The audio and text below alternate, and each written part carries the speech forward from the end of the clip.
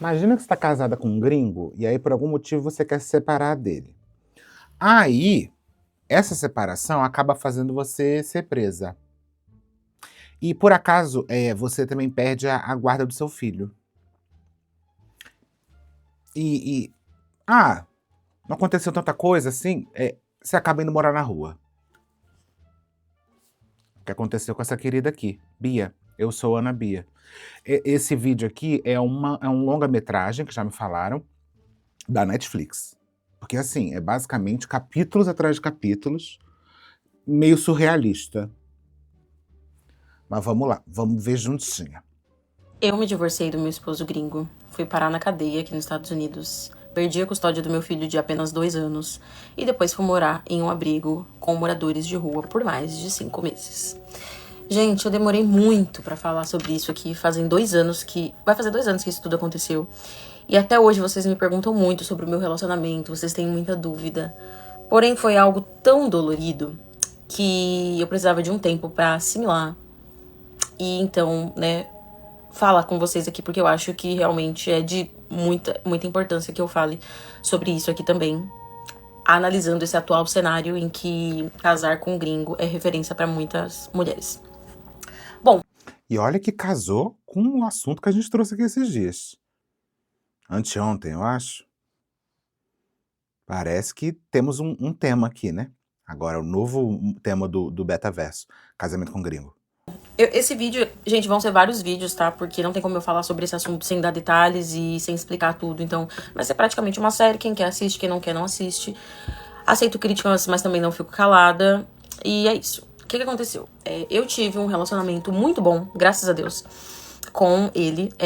Ele é aqui de Nova York e eu conheci ele no Brasil. Ele foi pro Brasil destinado a morar no Brasil. Ele era traveler, era um viajante, já tinha viajado ao Brasil e ele tinha amado o Brasil na primeira experiência que ele teve. E ele sempre falou pra ele mesmo que quando ele voltasse, ele voltaria pra morar. O que já é um pouquinho diferente do nosso último caso, né? A pessoa que estava no Brasil, para morar no Brasil, acabou conhecendo e começou a namorar. É diferente de você estar fazendo caça na internet. E foi isso que aconteceu. Ele voltou pra morar de malicuia, vendeu carro, vendeu tudo que tinha aqui, foi pro Brasil. Conheci ele, começamos um relacionamento, começamos a namorar. E desde o começo eu sempre pensei assim, eu sempre tive uma visão meio feminista, né? Então eu falei assim, cara, esse gringo vai vir aqui, vai fazer o que bem quer comigo, eu vou me apaixonar porque eu sou pisciana, eu vou me apaixonar, depois ele vai me deixar aqui apaixonada, vai se mandar, e eu vou ficar aqui sofrendo por um cara que eu não tenho nem dinheiro pra ir, né? Tipo, tentar. Porque, gente, mulher apaixonada, a gente faz loucuras. Mesmo que eu não queira, né? Às vezes o impulso e tal. Então eu tinha muito medo de me entregar, assim. E aí, beleza. Pra me provar que ele ia ficar mesmo no Brasil pra sempre, o que ele fez? Primeiro ele se mudou pra uma cidade... Ele morava muito longe da minha casa. Mas primeiro ele se mudou pra uma cidade do lado da minha cidade, o que já foi uma prova que ele realmente queria ficar perto de mim. Mas ele foi e depois ele alugou um apartamento. Que eu ajudei muito ele, então, tipo, aparentemente era um apartamento pra nós morarmos juntos. E ele fez um contrato de 1 ano desse apartamento. Ou seja, ele pagou vários meses antecipados, ou seja, provou pra mim que ele de fato ia ficar lá, porque ele não ia fazer todo esse investimento, né, a troco de nada. E aí, beleza, a gente Ou vai que ele é rico, né?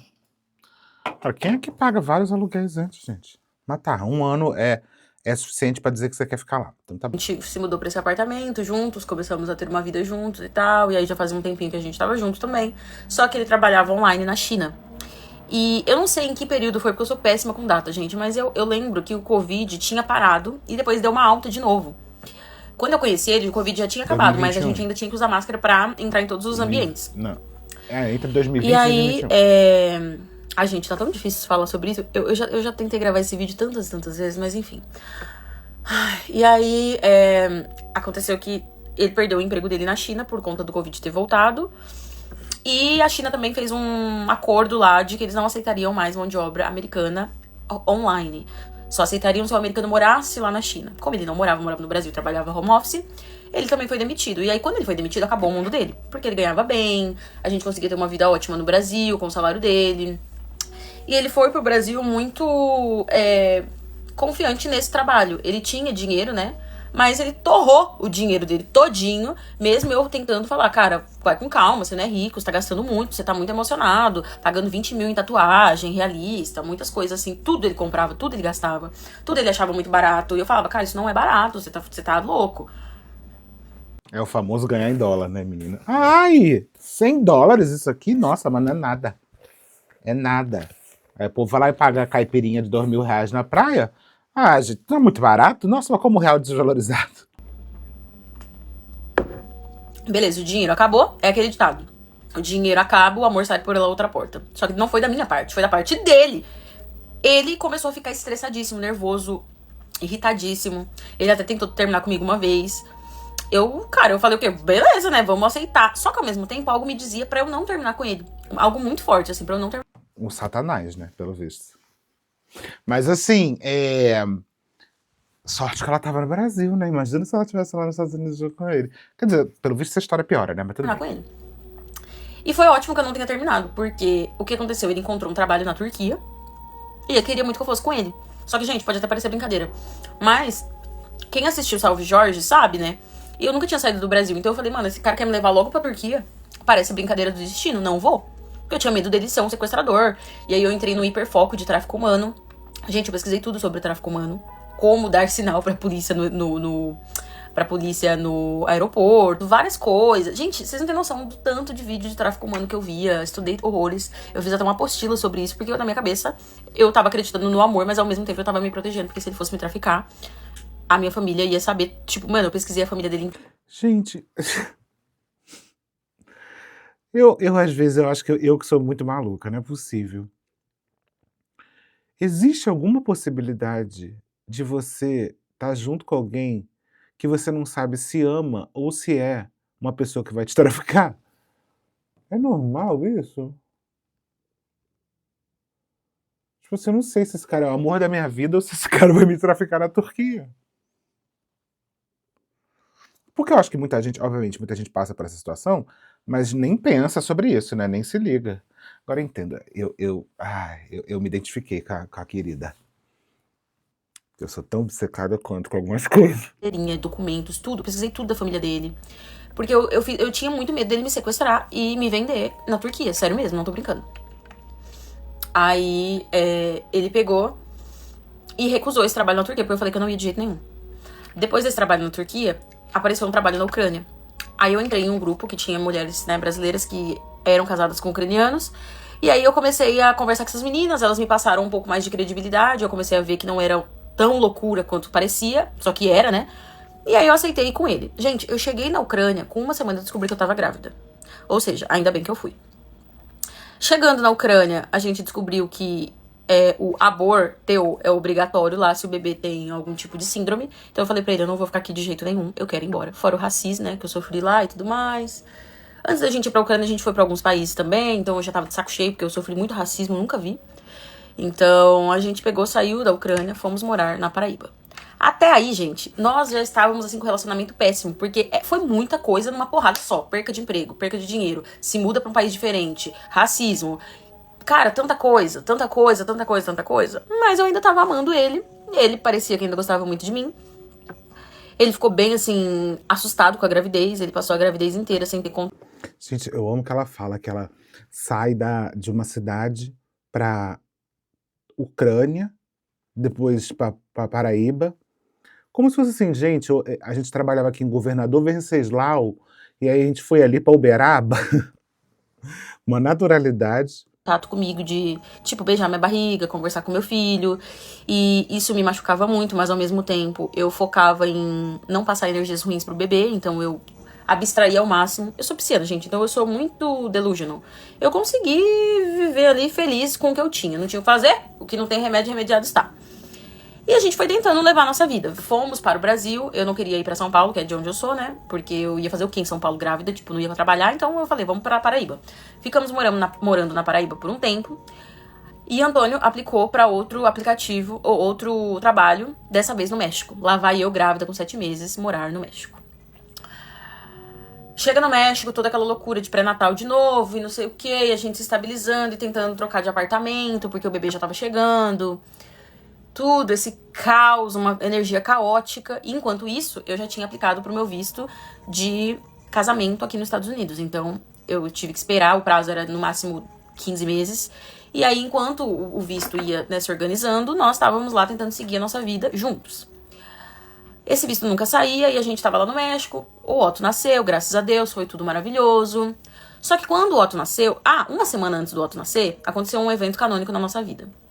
Já deu 10 minutos, se prepara que vai ter só uns 5 vídeos. O cliffhanger. E aí aconteceu um evento canônico na nossa vida.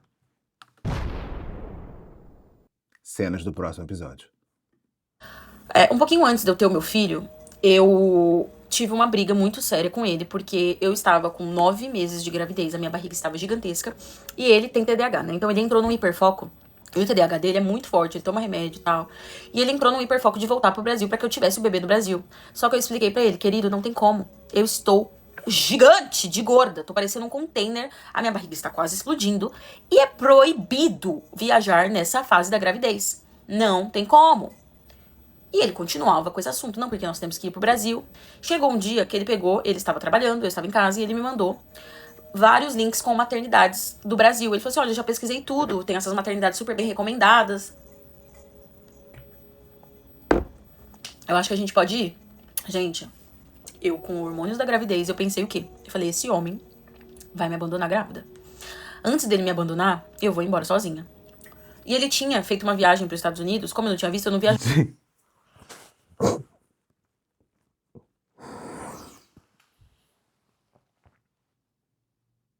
Ai, como é confortante ver uma pessoa com um pensamento catastrófico, mas assim, tá certíssimo. Juro, é sempre a pior opção possível.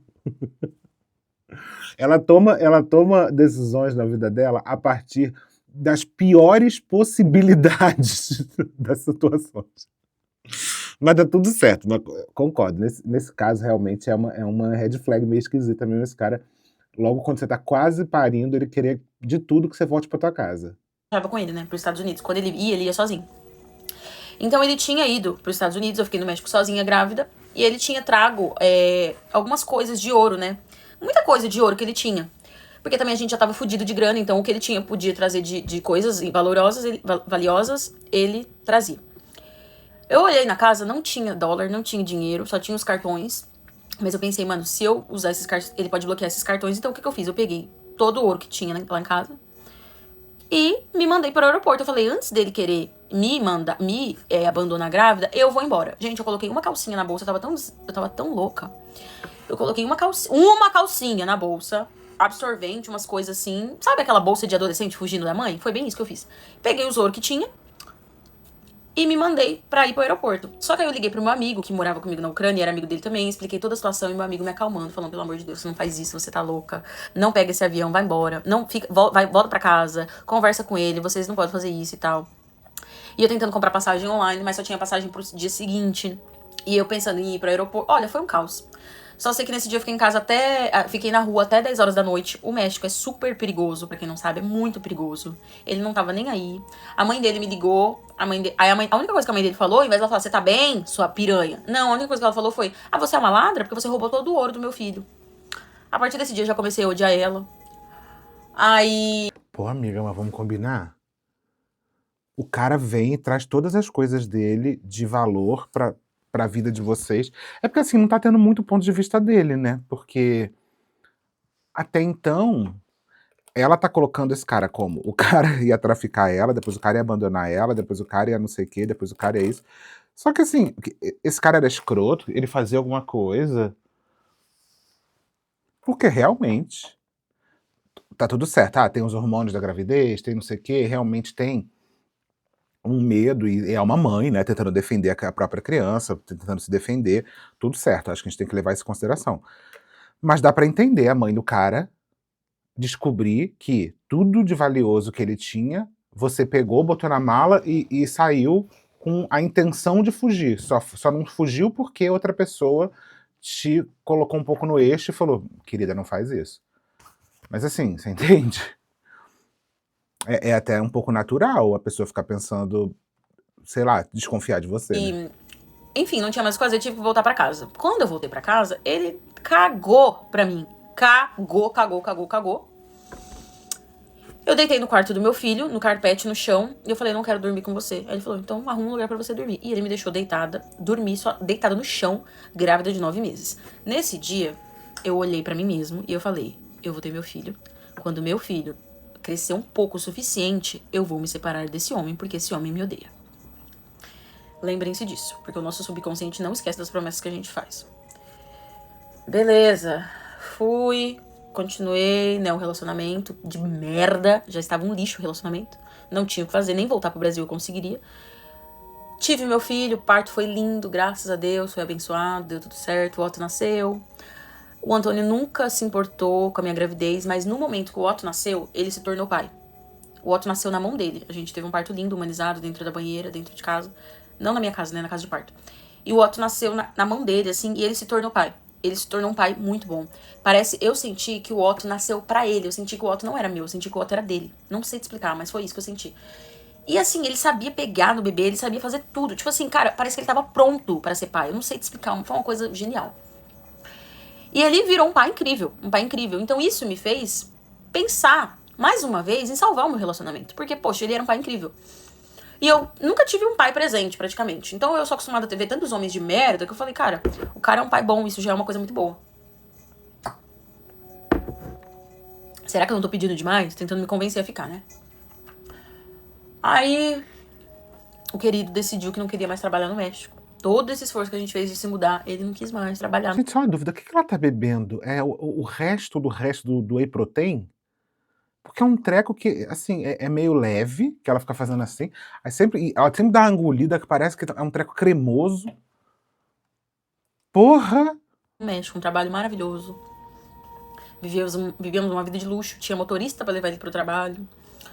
Gente, um apartamento incrível que o trabalho pagava. Enfim, mas eu não queria mais, porque americano é assim, né, gente? Enfim, não quis mais o trabalho. Vamos voltar pro Brasil. Ok, voltamos pro Brasil, fomos morar em Minas Gerais. Com um bebê pequeno. Eu tentando fazer o que eu podia. Comecei a trabalhar com marketing digital, porque eu não queria ficar dependendo só dele. Estudando marketing digital em casa, com um bebê pequeno e tudo mais. Ele trabalhando de professor de inglês. Fomos pra uma cidadezinha bem pequenininha no interior de Minas. E aí fomos tentando. Deu a louca na cabeça dele de novo. De que ele precisava voltar pros Estados Unidos, porque ele tava ganhando muito pouco. Aí eu falei, olha, chega, né, porra. De novo? Não tá dando mais. Vai você dessa vez que eu não aguento mais. E aí ele foi. E eu me mudei pra Paraíba e fiquei com meu filho sozinha na Paraíba. E ele ficou lá, ficou trabalhando nos Estados Unidos. Não, ainda tem isso, né? É São Paulo, depois é Paraíba, depois é Minas Gerais, depois. E o problema é que nesse relacionamento junta meio que a fome com a vontade de comer, né? Porque ele, a cada 15 dias, quer ir pra um país diferente. E ela acha que vai ser traficada, depois some pro aeroporto. Não tem uma pessoa equilibrada nesse relacionamento, meu Deus. E eu ficava morando sozinha na Paraíba com o meu filho, né? Ele mandava dinheiro e tal. Até que o visto saiu. Quando o visto saiu, eu precisava ir no Rio de Janeiro, fazer exames médicos e tudo mais. E ele veio dos Estados Unidos pra ir comigo me acompanhar em todo esse processo. Ah, o visto americano, né? Ok, gente, já tá me dando até tontura, só de relembrar essa história. Sério mesmo, parece que a minha pressão tá baixando. E... porque eu já contei essa história tantas vezes pra advogado e tudo mais. Enfim, eu posso estar até esquecendo algumas partes aqui importantes, mas enfim, aconteceu isso. Fomos, tiramos o visto, deu tudo certo. Finalmente eu ia me mudar pros Estados Unidos. Nunca foi meu sonho, tá, gente? Nunca quis, nunca nem sonhei com porra dos Estados Unidos, nada. Só que era o meu sonho que a gente Graças a Deus que ela não é operada, né? Porque eu não lembraria de metade da história. tivesse uma família estruturada. Principalmente meu filho. Então eu falei assim, cara, eu acho que vai dar certo agora, porque a gente vai estar perto da família dele, eu acho que esse surto dele vai acabar, porque o surto dele começou desde o momento que ele perdeu o emprego na China, e todo esse 1 ano que eu tô contando dessa história, que a gente foi pro México, voltou pra Minas, eu fui pra Paraíba e ele voltou pra cá, fora as viagens e tudo mais, tudo isso foi em 1 ano e pouco. E ele continuou em surto, porque americanos sem dinheiro, gente, eles viram o próprio capeta. E ele todo esse tempo em surto, e eu todo esse tempo relevando. Porque, gente, eu nasci pobre, então pra mim tava de boa, sabe? Tipo, você tem que comer, você tá de boa. E pra ele não, ele achava um absurdo ele não poder comprar, sei lá, uma roupa de marca, não poder pagar 4 mil reais num óculos, ele achava um absurdo. E aí eu falei, cara, sabe, eu não tinha nem mais o que falar. Aí, beleza. E eu, assim, morrendo de depressão, né, gente? Depressão pós-parto, porque a licença pós-parto dele foi um dia. Então, no segundo dia eu já estava cuidando do meu filho sozinha. No terceiro dia eu já estava lavando roupa no tanque, porque a gente morava num apartamento ótimo. Só que foi a empresa que deu o apartamento. Então, a gente tinha que comprar todos os móveis. E a gente não podia comprar todos os móveis porque a gente sabia que a gente ia se mudar em breve. Porque a gente vivia igual cigano, de cima pra baixo o tempo todo. Pra cima e pra baixo o tempo todo. Já vai dar 9 minutos aqui esse vídeo também. Aí eu lavando roupa do meu filho na mão. Gente, é isso. Faz uma parceria com o Airbnb, um hotel, um negócio. Enfim, gente, eu peguei uma depressão pós-parto que eu tô tentando me curar até hoje. E aí, enfim, o visto saiu, fomos pro Rio de Janeiro. E aí, finalmente, eu vim pros Estados Unidos. Vou falar o resto no próximo vídeo. E finalmente, eu vim para os Estados Unidos e você não vai imaginar o que aconteceu. Próxima parte. Enfim, aí o meu visto saiu, vim morar nos Estados Unidos, se mudei. Quando eu cheguei aqui, a família dele me recebeu super bem. No meio de todo esse rolo aí, a família dele já tinha ido pro Brasil, conhecer meu filho e tal, todos os irmãos, mãe, beleza. Eu já odiava minha sogra desde então, né, porque ela foi uma safada comigo. Eu já percebi que ela vivia pra macho e não era mulheres apoiam mulheres, ela era mulheres apoiam homens. Tudo que o filho fazia ela achava certo, tudo que eu fazia ela achava errado. E ainda me criticava como mãe, sendo que os filhos dela são, enfim. Aí, beleza, né? Me mudei para os Estados Unidos. Gente, eu me mudei, tava um inverno, tava uma neve. Então eu fiquei os 3 primeiros meses dentro de casa, intocada. Eu não tinha um plano de celular, não tinha uma internet no meu celular. A gente não tinha dinheiro pra nada, porque realmente ele gastou mais de 120 mil no meu visto. Então eu até entendia, eu compreendia.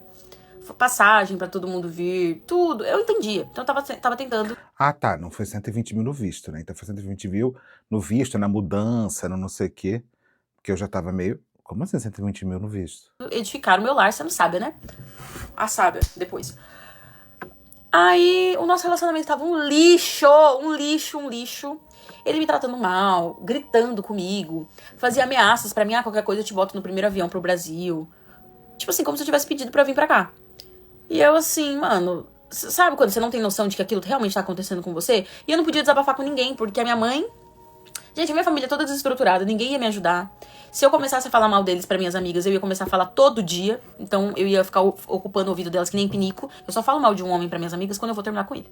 Porque o ouvido de amiga também não é pinico. Então não tinha mais o que fazer na minha vida. Eu tava em depressão completa. Ai, gente, é sempre bom também. Não, eu acho que você pode ter uma amiga onde você vai compartilhar ali, porque a gente vai falar das pessoas, né? Às vezes às vezes o outro... Às vezes você não quer terminar com o outro, mas você quer ali desabafar sobre algum assunto. Tudo certo. Mas realmente, começar a destruir o cara pras amigas, pra não terminar depois, você acaba criando uma situação que é meio insustentável. Porque as amigas depois passam a odiar esse cara, e aí não tem mais como você ficar junto dele sem perder as amigas juntas, né? Fora isso, cuidando de criança o dia inteiro. E deixa qualquer mulher mais depressiva ainda. Sem hobby, sem nada. Sem dinheiro, sem nada. Totalmente fodida. E aí, beleza. Sem falar uma gota de inglês também. Aí, beleza, a gente se casou, porque o meu visto eu tinha 90 dias pra casar. Ele tava muito animado pro casamento, estranhamente, porque ele me tratava mal, me xingava. Inclusive, no Brasil, antes da gente vir, ele teve um surto que ele me agrediu fisicamente. Não me bateu, não me deu uma surra, mas ele bateu o dedo assim na minha boca, falando pra calar a boca. Depois desse dia, foi mais um dia que eu prometi pra ele aí não já foi divorciar com dele. Deus. Aí realmente Só que não dá assim, mais. sabe aquele relacionamento que você não conversa muito com a pessoa? Você tá ali, mas... Sabe, a gente não brigava o tempo todo. Mas a gente se odiava em silêncio. Era esse o porém da questão. E depois que eu vim morar aqui, piorou 1000 vezes. Porque toda briga que a gente tinha, ele ligava pra mãe dele, em inglês, e falava várias coisas mal de mim. Eu não sabia falar inglês, mas eu sabia que ele tava falando mal de mim. Ah, porque essa mulher é um devil. E eu ia ligando algumas palavras assim, aí eu me sentia humilhada por não falar inglês, humilhada por esse homem estar falando mal de mim na minha frente, falando mal pra mãe dele, sendo que, tipo assim, pô, a sua família era a única coisa que eu tinha aqui nesse momento. Aí você tá acabando com a minha imagem, sabe, pra sua família, só porque você é um menininho mimado e queria a atenção da sua mãe. Enfim. Gente, muita coisa aconteceu. Aí a gente casou. No dia do casamento ele pareceu super animado, feliz, me amava. O olho dele encheu de água, assim, pra chorar. E eu, tipo assim, gente, esse homem me ama, então? Ele me ama ou me odeia? É meu fã ou meu hater? Eu não entendia, sabe? E eu, desanimada, fui lá comprar o vestido de noiva. Eu vi aquelas noivas dentro dos vestidos. E eu, sem nenhuma vontade de estar ali. Aí tinha uma tradição aqui, né? Que é você... Depois que você escolhe o vestido, você toca o sino. E aí todo mundo na loja bate palma e tal. E aí a mulher me deu o sino e eu falei, não quero tocar. Ela falou, não toca, seu vestido, você escolheu, o momento mais especial da sua vida. Aí eu peguei e fiz assim no sino. Aí todo mundo olhou pra mim, tipo assim, todo mundo me julgou. E eu fui pra casa, casei. Eu falei pra ele que eu queria casar de calça jeans e blusa branca, mas ele queria, né, que eu usasse um vestido e tal. E eu fazia tudo pra agradar, porque tudo que eu questionava virava uma briga. Então eu falei, cara, só escolhe tudo. Tudo que você fazer, tudo que você falar, vamos fazer. Só escolhe tudo. Então ele escolheu tudo, beleza. Eu tentei me animar, tentei me forçar, me animar por várias vezes. Tentei gravar vídeo pro TikTok, tipo assim, ai, meu sapato do casamento. Tentava me animar. E eu já disse pra vocês, eu sou muito delusional. Então, em alguns momentos eu até tava feliz de verdade. Porque eu sempre pensava assim, ah, cara, talvez depois disso vai dar certo, né? Então, Caralho, se isso foi estar feliz, pelo amor de Deus. Porque imagina, você vai fazer um casamento, eu quero casar de camisa branca e calça jeans. Acho que isso já te fala bastante coisa, né? beleza, casei. Gente, depois que eu casei ficou ainda pior. Depois que eu casei no papel. Aí chega as partes documentais, né, do Green Card. Eu falei, ah, casamos agora, né, você precisa aplicar pro meu Green Card pra eu ter mais segurança aqui nesse país. Ele falou, não tenho dinheiro. Só que ele não tinha dinheiro. Ele não estava trabalhando. Não estava procurando trabalho. Quando ele arrumava trabalho, ele reclamava do trabalho dia e noite. Fazia me sentir culpada por ele estar trabalhando. Gente, eu vou se sentir culpada por um homem estar trabalhando? Na minha cabeça isso não faz sentido. Mas aí parecia, tipo assim, ai, tá vendo? Eu estou trabalhando pra manter você no conforto aqui desse basement. Porque eu morava num basement. No porão. E ele já achava que, tipo assim, tinha me tirado da pobreza extrema do Brasil pra me colocar na realeza da princesa Aurora só porque eu estou nos Estados Unidos. Gente, foda-se os Estados Unidos. Eu nunca nem pedi pra estar aqui. Eu vim pra cá pra ter a nossa família junto. Então eu também estava fazendo um grande sacrifício. Só que era pintado como se eu fosse uma golpista, praticamente, sabe? Enfim. Aí, o relacionamento começou a ficar cada vez pior. Cada vez pior. Ele começou a negar as coisas. Gente, mas que história maluca, sério. É porque é foda, da maneira depois que você conta, fica sempre com uma sensação de que aquilo era um pouco inevitável, assim. Mas no início é até estranho de entender. Porque ele estava no Brasil, aí ela foi lá, conheceu ele, aí ele quis que ela fosse com ela, aí ela foi junto, de repente, é isso, chegaram nos Estados Unidos, aí ela é tratada como golpista, e muito... E ela é uma mulher muito forte, muito decidida. Caraca, que... Pra mim no mercado. Tipo assim, gente, uma bolacha aqui nos Estados Unidos é $4. Eu queria pegar uma bolacha, ele falava que não era pra eu pegar, que eu só comia, que a única coisa que eu fazia era comer, sendo que eu estava tendo, sim, uma compulsão alimentar, porque a única coisa que eu podia fazer era comer. Era a única coisa que me trazia prazer dentro daquela casa. E o meu filho, claro, mas eu tava exausta já cuidando do meu filho também. A criança sem espaço pra brincar, no inverno, tudo mais. Enfim, gente, eu tava tão desgastada. Só de falar isso, já minha energia... Por isso que eu não queria gravar esses vídeos, porque só de falar, eu não sei se eu choro, eu já não sei mais o que fazer. Enfim... Comecei a falar pra ele que eu não tava mais aguentando e que eu queria me divorciar. Aí o inferno começou. Porque ele falou, se divorciar? Você acha que eu te trouxe aqui pra pagar tudo isso que eu paguei e agora depois você arrumar outro macho, outro gringo? Eu falei, meu filho, eu não tô nem aguentando nem você, quem dirá um outro gringo, você tá louco? Tipo assim, gente, sabe? Não tinha nem o que argumentar. A situação foi ficando cada vez pior. Teve um dia que a gente começou a brigar no meio da rua. E eu tinha tomado prednisona. Prednisona, ela mexe com o nosso sistema nervoso. Porque eu tava cheia de alergia. Eu tava... Ó, tá vendo essas alergias que eu tenho? Não sei se dá pra ver. O meu corpo tava todo tomado de alergia. Porque eu não sabia mais o que fazer. Então, meu corpo tava tentando demonstrar que eu tava numa situação péssima. E... Cara, se tem uma coisa que mostra o emocional, é alergia e coisa de pele, né? Puta merda, a primeira coisa que me ataca é eu ter caspa. Primeira coisa, quando eu tô dormindo mal, estressada, não sei o que. Nossa. eu tomei essa prednisona, eu tava muito nervosa. E ele começou... Ah, tá, lembro. Eu tinha falado pra ele que a gente precisava se divorciar. Só que a gente tinha que tomar cuidado com o Otto. Porque eu pesquisava muito sobre as coisas aqui nos Estados Unidos, né? Então, se você mostra pro governo que nem o pai, nem a mãe tem estrutura pra ficar com a criança, eles deixam a criança ou com a avó ou vai pra um abrigo. Aí eu falei assim, cara, a gente tem que tentar se divorciar em paz. Porque senão, quem vai ficar com o Otto? Sua mãe, aquela porca? Chamei a mãe dele de porca. Infelizmente eu fiz isso, não era pra ter feito isso. Porque a mãe dele tem muitos defeitos, mas ela é uma mulher, coitada, que tá tentando se virar, né? Mas infelizmente eu fiz isso e eu assumo os meus erros. Chamei ela de porca. Aí um dia eu tava, nesse dia que eu tomei esse remédio, eu tava estressadíssima. Aí eu estava com a mãe dele no parque, aí ele pegou e falou assim, fala na cara da minha mãe que você chamou ela de porca. Gente, e eu tendo que me defender em inglês, sendo que eu nem falava inglês. Aí eu falei, eu ignorei a primeira vez. Gente, pois ele falou a segunda, ele falou a terceira, ele falou a quarta. Eu falei pra mim mesmo, se ele falar a quinta, eu não sei o que vai, eu não sei o que vai, o que irá acontecer depois disso. E ele falou a quinta. Se ele falar a 12ª, eu não vou responder por mim. Sinceramente. Na hora que ele falou pra mãe dele que eu chamei a mãe dele de porca, pela quinta vez, gente, eu dei um grito no meio da rua. Eu falei, cala a sua boca, seu lixo. E eu fui pra cima dele pra gritar na cara dele. Só que quando eu fui pra gritar na cara dele, a irmã dele e a mãe dele me seguraram como se eu fosse pra bater nele. Eu não ia bater nele. Gente, ele é um homem de 1,90 m e poucos. Eu não sou nem doida de bater nele, até porque ele já tinha me agredido. Então eu sabia que ele ia me quebrar no pau e ia me bater.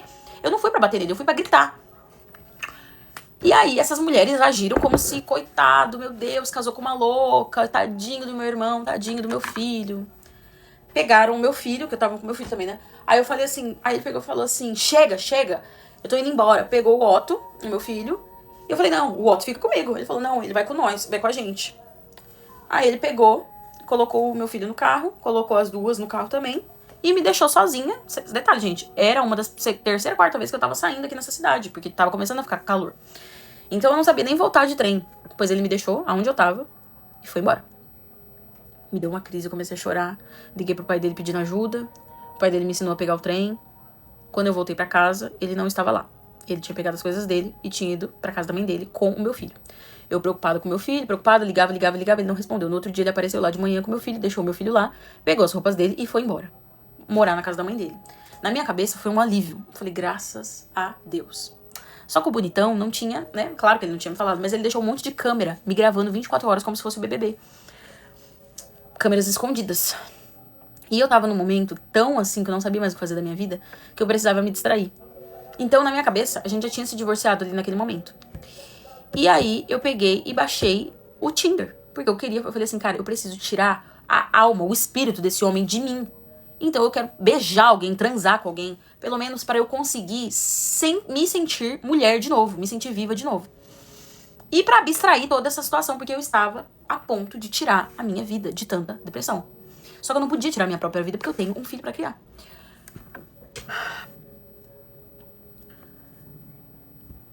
Beleza. Fui começando a conversar com os caras, me distraindo, foi passando uns dias, e eu falando pra ele, vem ficar com o Otto algum dia. Ah, porque o que aconteceu? Nesse dia que eu briguei com ele na rua, ele foi na delegacia fazer um boletim de ocorrência contra mim, falando que eu era agressiva e que eu gritei com ele, quase bati nele, enquanto ele segurava uma criança no colo. Ou seja, eu era uma ameaça pra ele e pra criança. E eu não sabia que eu tinha um boletim de ocorrência. Um belo dia eu estava lá sozinha, né, que ele tinha se mudado pra morar com a mãe dele, na minha porta. Abra a porta, abra a porta, abra a porta. Só que não era um desse jeito, era como se eu fosse uma bandida, parecia a polícia mesmo entrando em casa de bandido. Eu fiquei assustadíssima. Era assistente social explicando. Gente, detalhe, eu não falava nada de inglês, tá? Então, Deus foi tão bom comigo que eu fui tendo lucidez de entender o que eles me falavam, eu traduzia um pouco, mas eu fui aprendendo assim. E aí, eu tive que colocar essa luz aqui, mas essa luz tá muito forte pra mim, gente, vai ter que escurecer um pouco o vídeo. E aí, ai, gente, eu fico me segurando pra não chorar, porque essas histórias me dói tanto. E aí, a assistente social explicou que eu tava passando por um processo, né, de provar que eu não era agressiva pro meu filho. E que esse processo demorava, que eles iam ficar visitando a minha casa. Eu falei, tudo bem, não tem problema nenhum. E aí, realmente, eles ficavam visitando às vezes e tudo mais. E beleza. Aí, em uma dessas visitas, a assistente social falou que eu tinha que ir na delegacia dar a minha versão das coisas, do que tinha acontecido. E é doido, né? O poder que um BO tem de fazer uma pessoa começar a ser investigada mesmo, né? O que é muito bom, porque a gente sabe que quanta gente... Pô, se fosse fácil assim você denunciar maus tratos de criança, aqui, né? Eu não sei como é que é. Aqui, se você faz um boletim de ocorrência, assim, começa um processo desse, realmente a assistente social começa a pesquisar a vida da pessoa, ir atrás. Como que funciona isso aqui? Não tenho a menor ideia. E eu falei que tava tudo bem. Só que eu comecei a mandar mensagem pra ele, falando, olha, vem aqui ficar com o nosso filho, porque eu preciso ir na delegacia. E ele não me respondia. Eu ligava, mandava mensagem, pedia, e ele não me respondia. E eu morrendo de medo, porque eu tava em um país novo. Eu sei que esse país odeia imigrante. Então eu não sabia mais o que fazer. Eu falei, cara, eu tô com medo da polícia bater aqui e me prender a qualquer momento. Aí teve um dia que eu falei assim pra ele, olha, se você não for... Eu tinha feito uma amizade com uma menina, né? A brasileira, que ela me ajudou muito. Aí online, fiz amizade com ela online. E um dia eu tinha conhecido ela pessoalmente, que foi esse dia do parque também, né? Eu tinha ido pro parque com ela e depois eu encontrei eles lá no parque também, a família dele. Aí eu pedi, aí eu falei pra ele, olha, já que você não tá respondendo faz 3 dias, eu vou deixar o Otto com a minha amiga. Gente, não deu 1 hora, não deu 20 minutos que eu falei isso, ele bateu lá na porta pra ficar com ele. Ou seja, ele tinha tempo, tinha disponibilidade, ele só não queria me ajudar porque ele queria me ferrar com a polícia. Aí, nesse dia, que foi o dia que eu fui presa, eu me arrumei pra ir na delegacia dar o depoimento. Só que eu realmente tinha falado, tipo assim, eu tava implorando pra ele ir pegar o Otto e ele não quis ir pegar o Otto. No momento que eu falei que a minha amiga já estava indo, aí ele decidiu que ele ia ficar com ele, então. Só que, gente, eu sou uma mulher que eu não gosto de ser mandada e controlada por um homem. Então eu falei assim, não é assim que funcionam as coisas, não é, eu tô te pedindo há 3 dias. Aí quando você decide, você bate aqui na porta, entra, sai entrando e vai fazendo o que você quer, não é assim. E aí ele começou a me pirraçar. E o mais interessante é que quando ele bateu na porta, ele foi entrando e o irmão dele tava gravando com o celular fora. Aí eu falei, o que é isso? Gente, o que é isso? Eu sou algum tipo de bandido agora? Primeiro o assistente social batendo aqui na porta, depois você chega com um cara gravando. Tipo assim, eles estavam fazendo tudo pra me tirar do meu limite. E detalhe, o querido sabia que eu tava com depressão profunda. Aí, beleza. Aí ele começou a falar, me dá o Otto. Eu falei, não vou te dar. Ele falou, você vai me dar sim. E aí a gente ficou nessa briga de braço, me dá. E esse menino gravando. Eu falei, para de gravar. Mano, teve uma hora que eu peguei o celular desse menino e eu taquei do outro lado da rua. Porque eu falei pra ele parar de me gravar e ele não parava. Aí ele começou a me xingar, você é louca, que não sei o quê. O irmão dele, né? E ele também me gravando. E aí ele pegava o Otto e eu pegava ele, o menino de um lado e ele pegava de outro. Eu falei, meu, para com isso. O que você quer fazer? O que você quer levar essa situação até onde? Ele quer provar que você é maluca. E ele tá conseguindo de todos os jeitos. E ainda é documentado que você é maluca. Já fez BO dizendo que você é maluca. Gravou você. Você ainda pegou o telefone, isolou. É isso que ele tá querendo fazer. Onde? Você quer me ver presa? Você quer que eu te bata pra eu ir pra cadeia? É isso que você tá querendo fazer? Provavelmente é isso que ele queria mesmo. Gente, era isso que ele precisava. No momento que eu falei, você quer que eu te bata pra eu ir pra cadeia? Ele ligou pra polícia, falou que eu estava tentando matar ele. Não sei nem se pode falar essa palavra aqui, mas já falei. E a polícia simplesmente...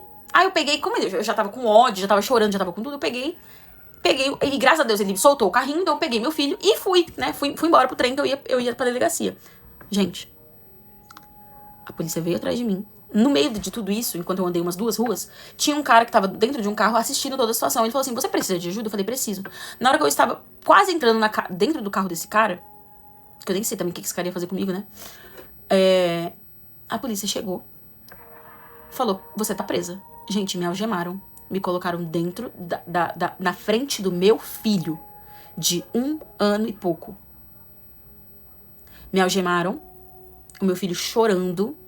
Meu filho tá até hoje traumatizado com essa cena, porque ele vai fazer 4 aninhos e às vezes ele me pergunta, mami, como que você saiu da jail? E... enfim. Me levaram pra delegacia e eu fui presa. Sem me perguntar nada, sem me perguntar uma prova do que tinha acontecido. Só me levaram. Eu quero muito saber o que as pessoas estão achando. Eu acho ele problemático, mas ela também não fica atrás. Ela não é problemática. Quando somos nós que estamos nessa situação delicada, não conseguimos enxergar a profundidade do problema. Para nós que estamos apenas ouvindo a história, é fácil identificar os problemas, eu concordo. É fácil a gente vir aqui para fora e vir de fora e começar a achar muita coisa, né? Aí o povo criticando ela por ter baixado o Tinder.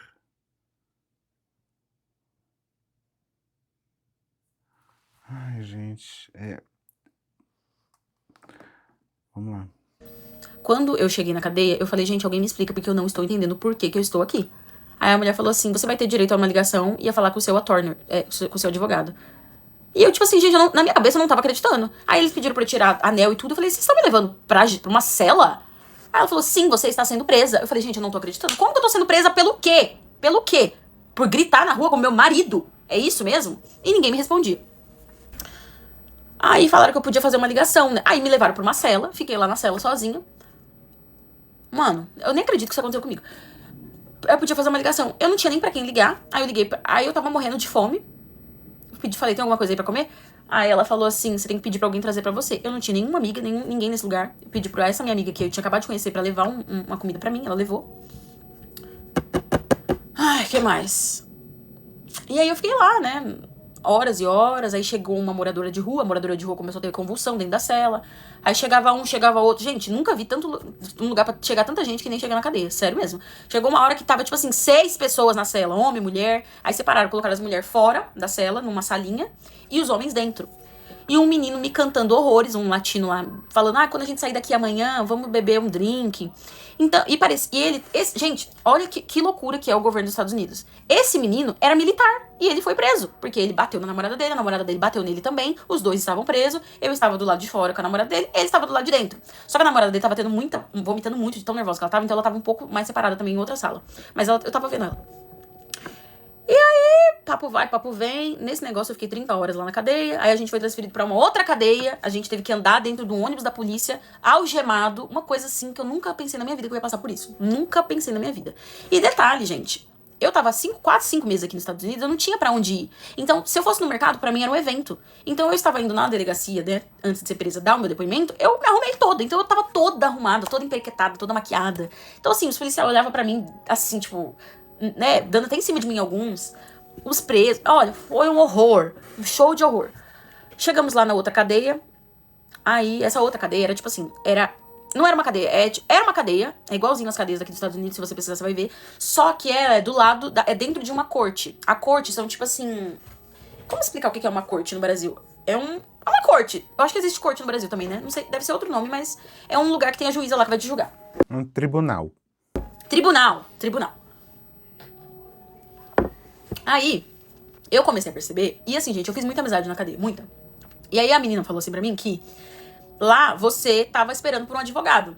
O advogado chegava e te defendia e você saía. Aí tinha uma menina que bateu em outra. E a menina, mó do gueto, assim, ela já sabia como que funcionava o esquema. Ela falou, não, relaxa, daqui a pouco você sai. Só que tinha uma outra menina que tava lá 4 dias. E ela não tinha saído ainda. Então eu já pensei, gente, eu já tava imaginando que eu ia o resto da vida morrer lá. Sério mesmo.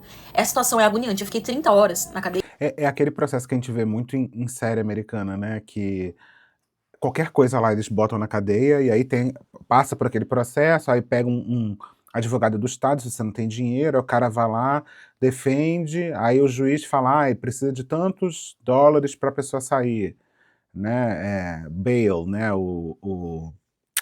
A fiança, né? Então tem a fiança, você quer para sair, aí a pessoa começa a responder em liberdade. Gente, parecia que eu passei, sim, 30 dias. Eu não desejo pra ninguém ser presa, pro meu pior inimigo. Sério mesmo.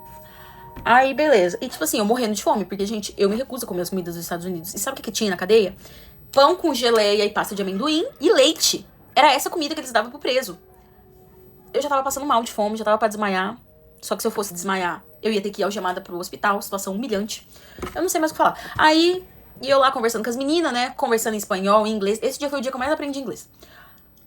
E ainda aprendi tanto que eu virei tradutora. De falar em espanhol pras meninas o que a outra em inglês tava falando. Gente, foi Deus que... Eu falo pra você, eu aprendi inglês de um dia pra noite.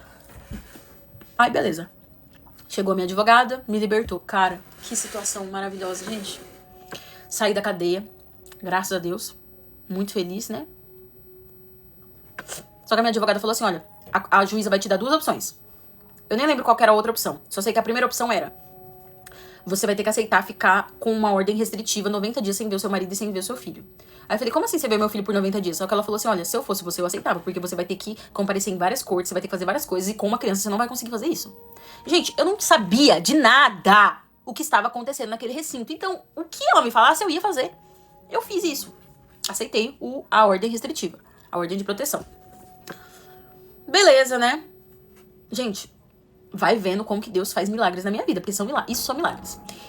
Quando você sai da cadeia, a sua bolsa e os seus pertences estão na outra cadeia. Eles fazem você viajar pra outra cadeia que você foi presa e deixa suas coisas lá. Então eu não tinha nem como ir embora. Eles dão um passe do trem pra você pegar o trem e só. E uma barrinha de cereal, umas coisas assim, né? Que foi a minha advogada que me deu. Aí, beleza. Aí eu tava indo lá pra outra delegacia pegar meu celular pra ver se eu conseguia voltar pra casa. Fui pegar meu celular, minha carteira, minhas coisas. Quando eu tava... E eu não tinha celular, então eu não sabia como pegar o trem. Aí eu parei um menino no trem e falei, moço, você tem celular, assim, pra pesquisar pra mim como é que eu faço pra chegar nesse endereço e tal? Aí o cara, tenho. Gente, conversa vai, conversa vem. O cara falou assim, é porque eu moro num abrigo. Eu falei, moço, você mora num abrigo? Pois eu tô precisando de um abrigo também, porque eu tô passando por uma situação, eu acabei de ser presa. Então provavelmente eu vou precisar ir pra um abrigo também. Aí o cara, ele é engraçado, o cara era ucraniano. E eu tinha morado na Ucrânia, então assim, foi o maior feeling, sabe? E aí o cara pegou e me ajudou pra caramba, me passou o número dele num papel, me explicou como eu chegava lá, né, na estação. Fui lá, peguei minhas coisas. Quando eu estou chegando em casa... Gente, eu tava 2 ruas de chegar em casa. Adivinha o que eu encontro na rua? A casa era do cara, era isso? Por isso que ela vai precisar ir pra um abrigo? Gente, pelo amor de Deus, eu acho que esse é o maior pesadelo que existe na vida de uma O pessoa. homem que estava me cantando na cadeia. Aí eu falei, mano, o que você tá fazendo aqui? Ele falou, eu moro aqui. Eu falei, você tá de brincadeira. Ele falou, juro por tudo que é mais sagrado. Eu falei, meu Deus, o mundo é pequeno demais. Aí eu falei, me passa seu número aí, porque eu acho que... Eu não sei, mas eu acho que eu vou ter que me mudar, né? Você tem carro? Qualquer coisa você me ajuda com a mudança. Ele falou, claro. Peguei o número do menino. Quando eu chego na minha casa, porque vocês estão ligados, né, que eu já estava morando sozinha com meu filho, o querido tinha ido morar na casa da mãe dele. Quando eu chego na casa que eu morava, tá o pai dele e a irmã dele pra fora, me esperando. Aí o pai dele falou assim, ai, Bia, desculpa, o pai dele é um amor de pessoa, eu amava ele. Eu tô magoado com ele, claro, mas, enfim, não é sobre ele. Aí ele pegou e falou assim, Bia, me desculpa, mas eu não vou nem ficar falando o nome dele aqui, né?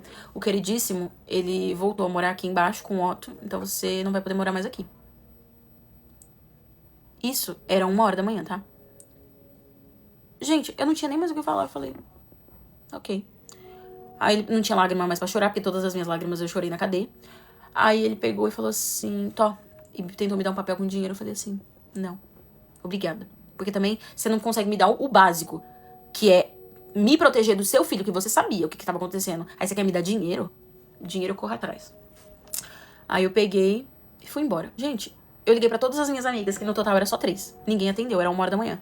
Eu liguei pra esse menino que eu não conhecia. Eu falei, ô moço, acabei de chegar aqui em casa, o meu marido tá morando na minha casa, então eu não tenho onde dormir. Você tem um sofá pra que eu possa dormir? Ele falou, claro, porque o cara tava doido pra ficar comigo. Gente, eu indo dormir na casa de um cara que eu conheci na cadeia. É o auge do entretenimento, né? Fui dormir na casa do cara. E o cara era bonito, mano. Esse que é o pior. Muito bonito. Só que eu fiz a maior amizade com a namorada dele. Então eu já sabia que ele não era flor que se cheire. Porque a namorada dele contou tudo que ele fez. Beleza, dormi lá na casa do cara. Chegou umas 2h da manhã, o cara assistindo vídeo pornô super alto. E me mandando mensagem, vem dormir aqui na minha cama que é mais quentinho. E eu, não, obrigada, graças. Que o cara falava espanhol. Não, graças. Vamos pra parte 5. Me divorciei do meu marido gringo, fui parar... Meu Deus do céu. Eu não sei nem o que dizer. Lá dormindo na casa do cara que eu conheci na cadeia. E ele toda hora oferecendo e eu morrendo de medo. A única coisa que eu fiz foi... É uma série, gente. Cada vídeo é um episódio da série. Não precisa... Se a Netflix quiser, não precisa nem roteirizar mais. O roteiro tá pronto já.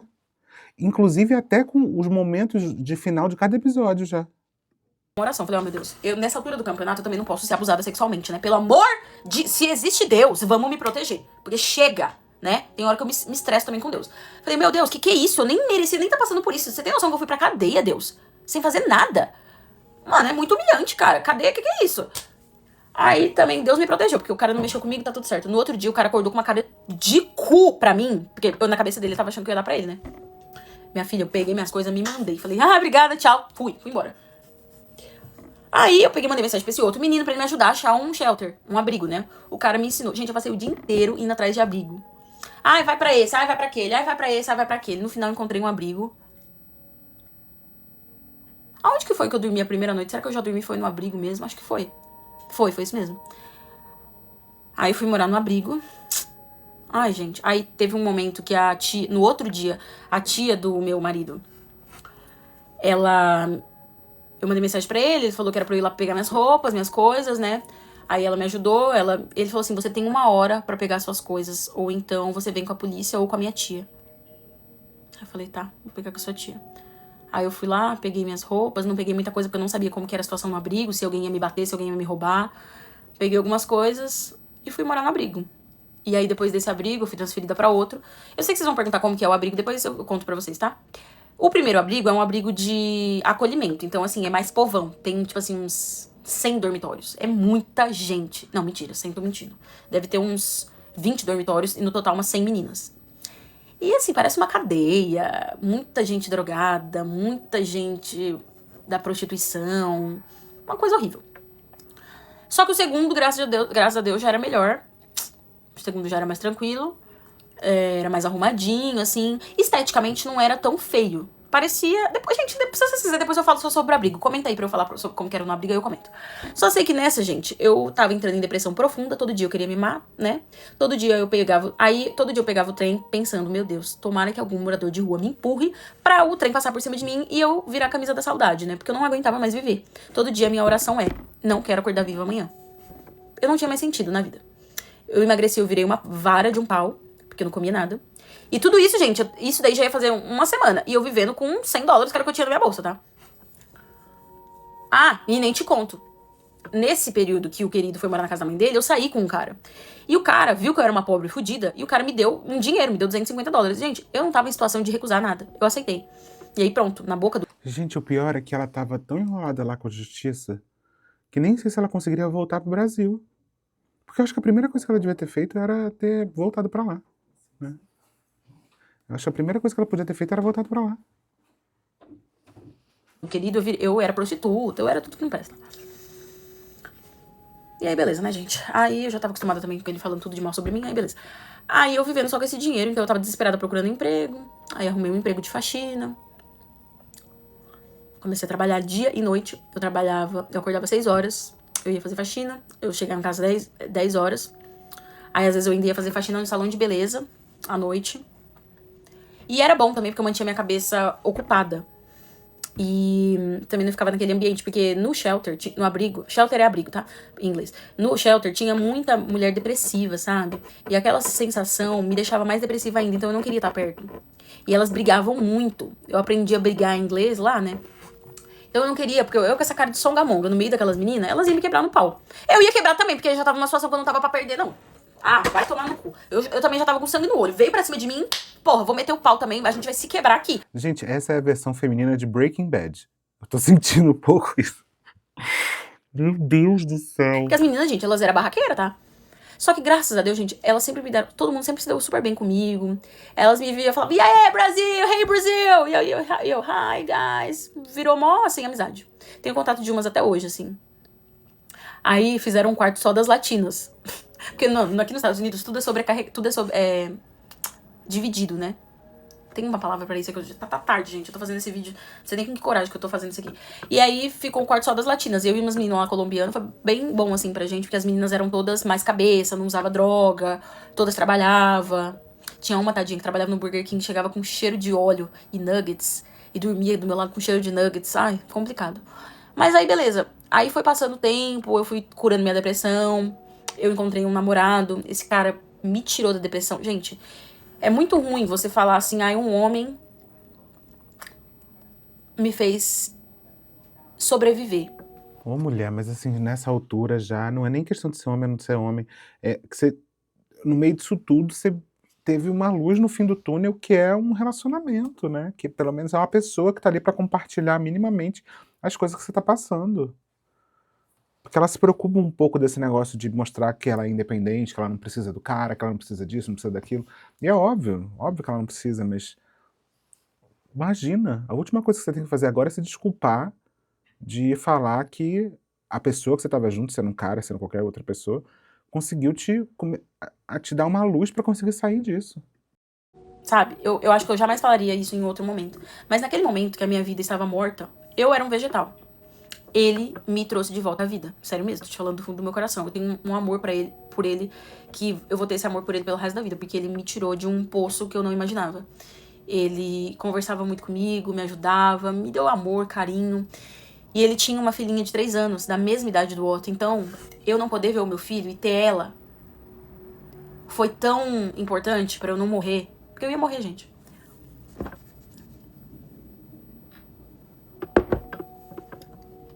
Aí comecei a namorar com ele, as coisas foram melhorando, fui juntando dinheiro, consegui alugar um quarto, saí do abrigo e fui morar em um quarto normal, vida normal, né? Já tava trabalhando normal, tava tendo uma vida normal.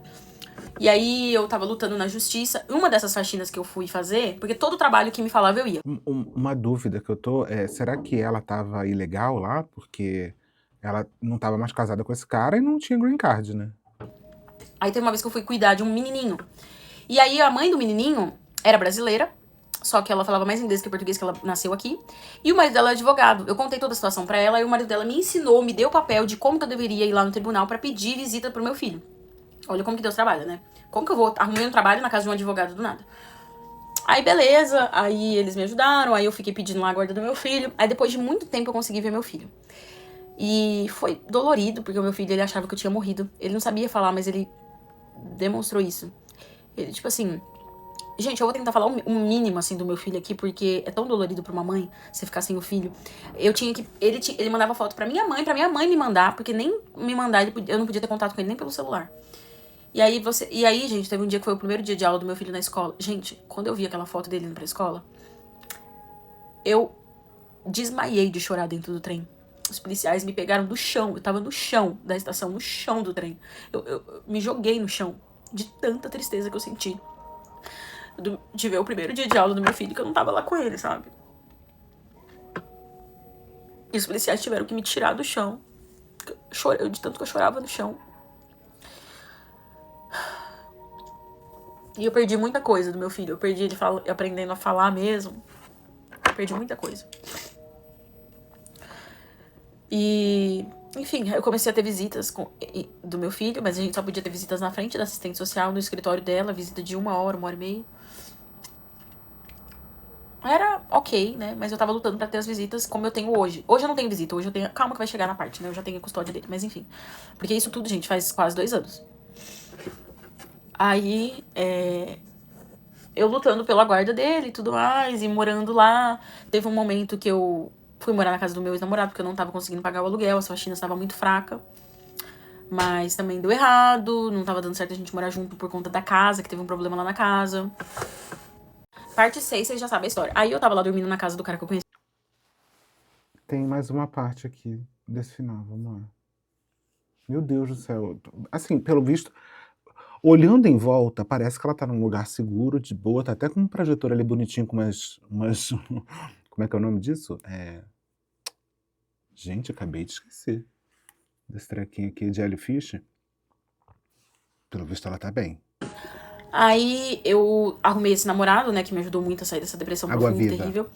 Fiquei namorando com ele, a gente namorou 1 ano, gente. 1 ano. Louco isso, né? Foi uma pessoa incrível na minha vida, que eu ainda vou falar dele aqui. Aí, beleza. Só que o nosso namoro nunca dava certo, porque, tipo, ele tinha 3 filhos. E ele era muito fudido de grana, cara. Todo o dinheiro dele era pra pagar pensão. Então, 2 fudidos, né? Não dá certo.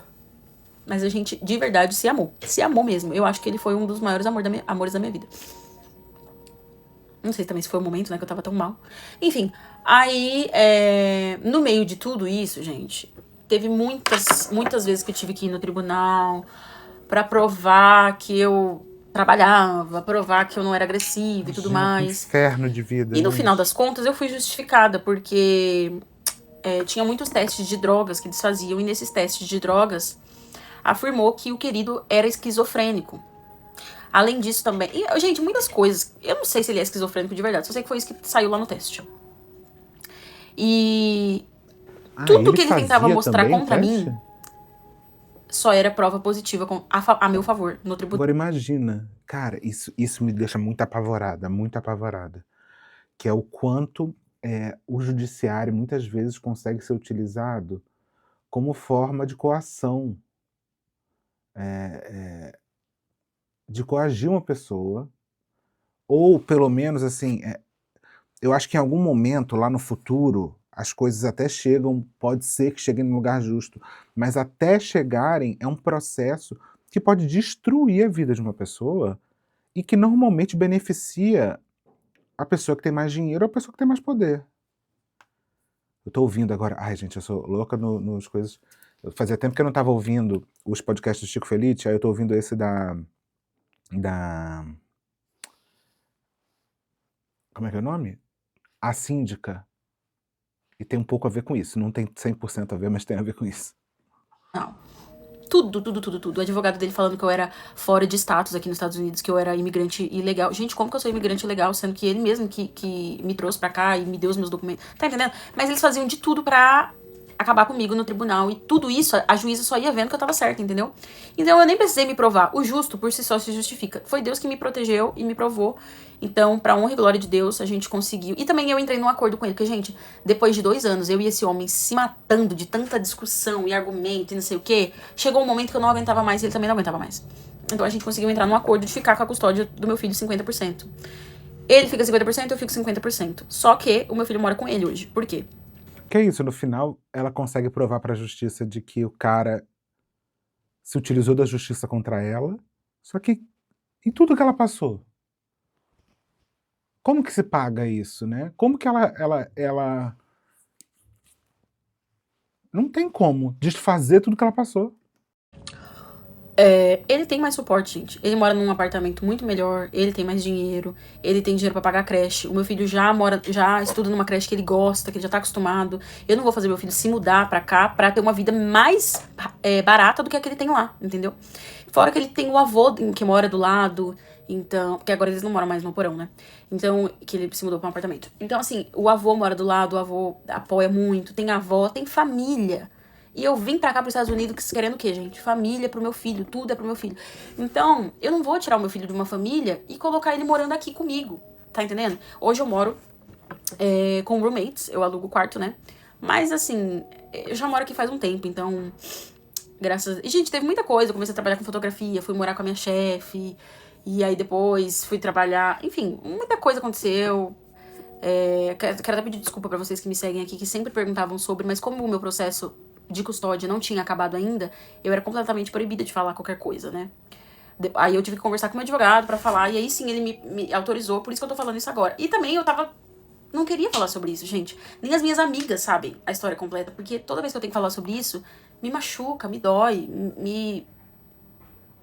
Sabe? Então... Basicamente é isso. Hoje a gente tem uma relação boa, graças a Deus. A gente conversa, a gente faz coisas juntos pro meu filho.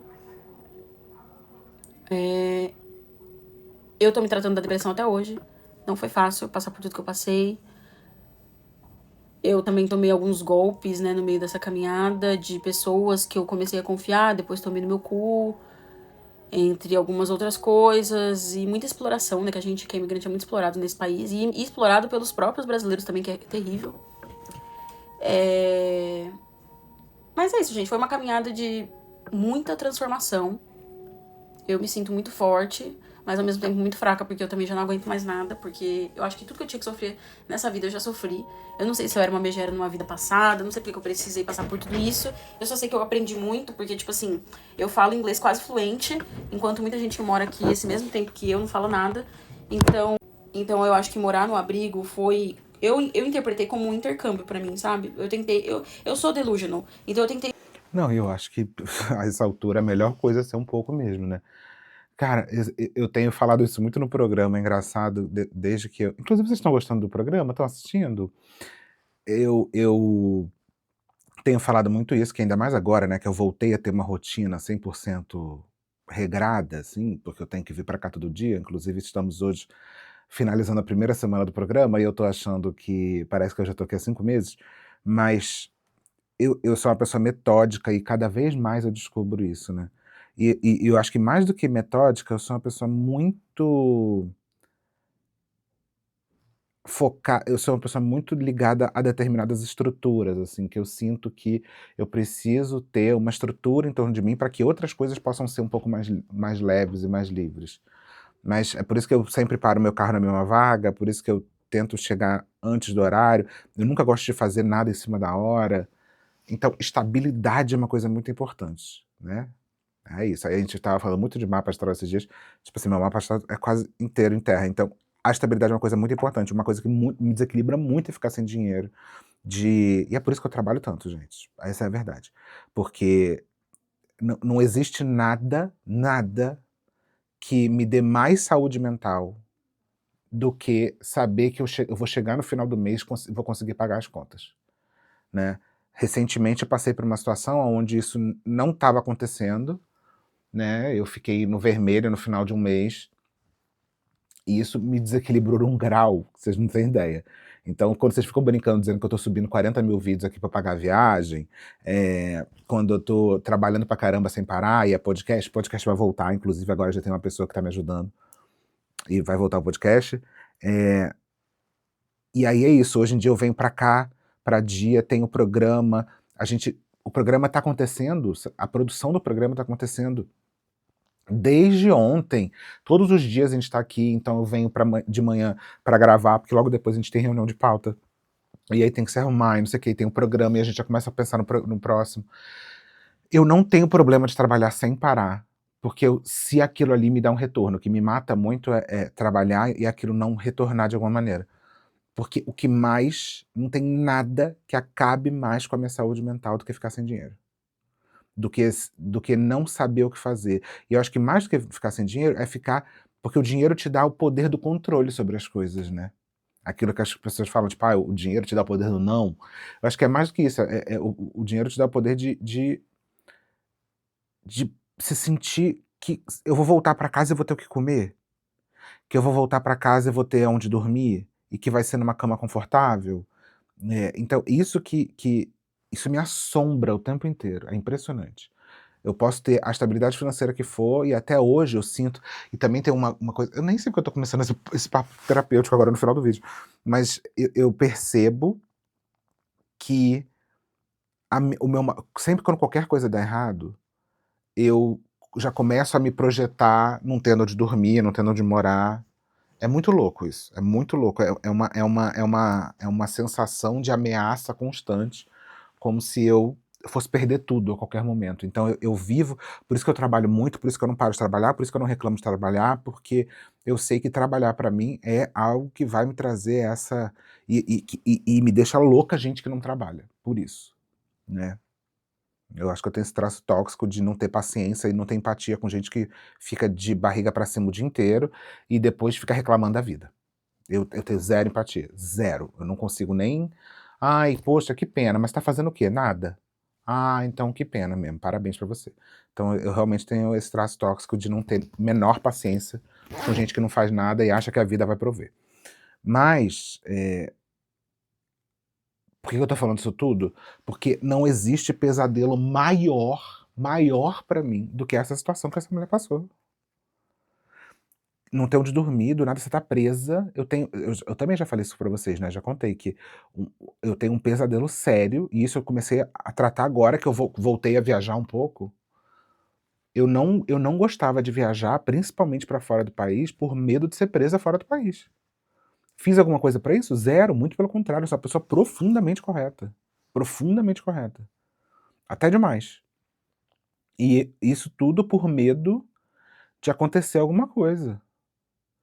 E aí aconteceu uma coisa dessa, é perder o controle sobre a minha vida. Porque ser preso é exatamente isso, né, você perde o controle sobre o seu ir e vir, você não pode mais fazer nada, você vai dormir aonde te mandarem dormir, você vai comer o que te mandarem comer.